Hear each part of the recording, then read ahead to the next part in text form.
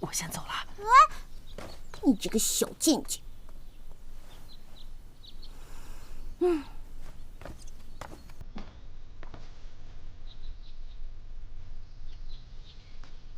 我来母后宫中请安，顺便过来看看。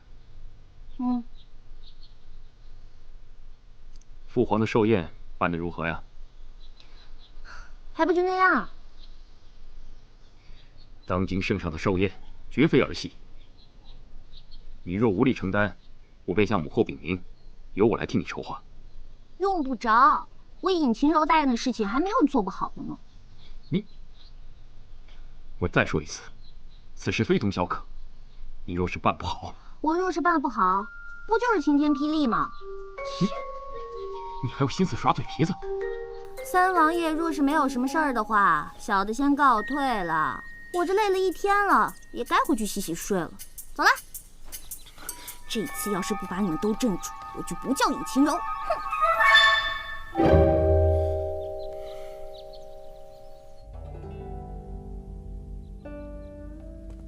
皇上，请用茶。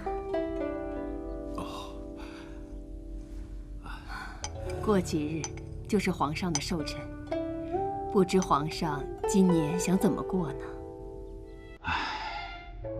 自从我义儿去世后，朕寝食难安呐。责怪自己，讓皇兒親自上陣殺敵，才會把命送掉。可憐朕到了現在這個年紀，白髮人送黑髮人，實在是可悲可嘆吶。生辰什麼的，不過也罷。義兒的命數如此，皇上莫要再悲傷了，保重龍體要緊呢。不要說了。義兒去世，朝廷之上悲悲戚戚，想趁着皇上生辰之際，安撫朝中眾人，也讓天下的百姓安心才是。皇后說的在理啊。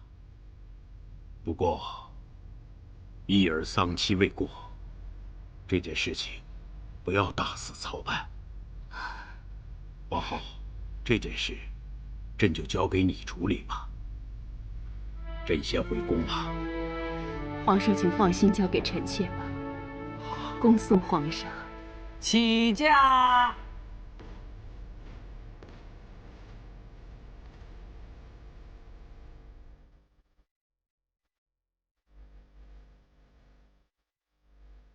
嫣然，你去告訴那個尹晴柔，就說皇上的壽宴不用她了，我自己操辦吧。可是姑姑，不是說好了要趁這次機會嚇走尹晴柔嗎？那是前幾天的事，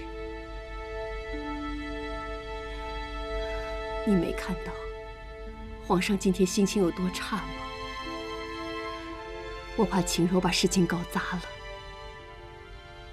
到時候遭殃的不只是她，還會讓皇上不快。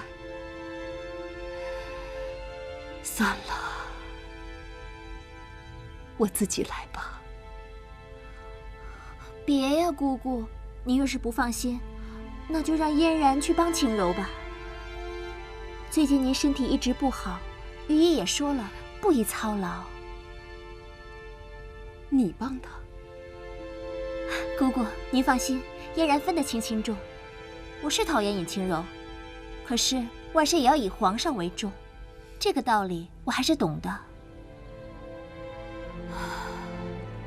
既然這樣，也好。你聰明伶俐，有你在，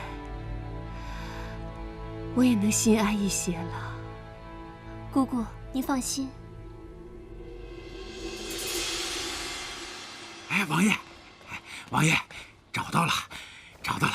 哦，在哪儿？就在本县的独山上，我已经派人往回运了。好大的一块独山玉呀，大概有1指多长，颜色特別鮮豔，最難得的就是透明度極高，這是天下少有的奇珍異石啊！好，父皇一直喜愛文玩玉石，把這塊獨山玉雕琢成如意，代表吉祥如意，的確是送給父皇最好的禮物。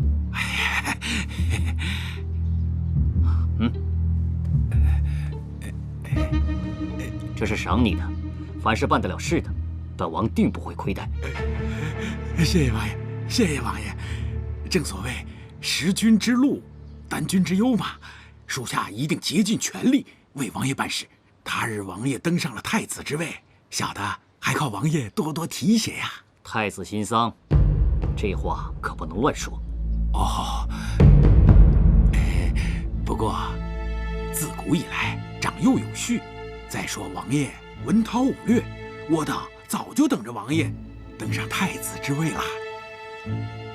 這些話說說也罷，切勿當真。啊，小的明白，小的明白。王爺，小的在鳳凰樓為王爺略備薄酒。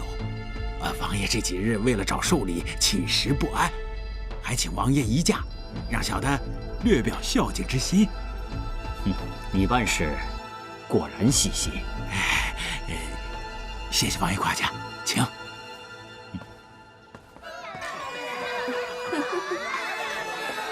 喲，大爺，多喝點啊。陪好。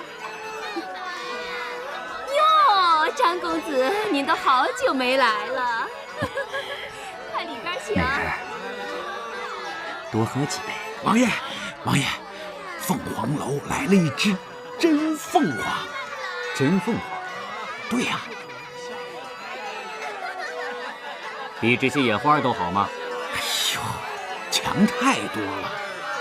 詩中有云：“此女只應天上有，何故仙子落凡塵？”此女不但才色雙全，而且還精通西域的房中術。方圓100里的鄉紳貴胄，為了一睹芳容，頭都擠破了。豈是這些粗制俗粉所能比的呢？哦，那本王倒真想見識見識。瞧好吧。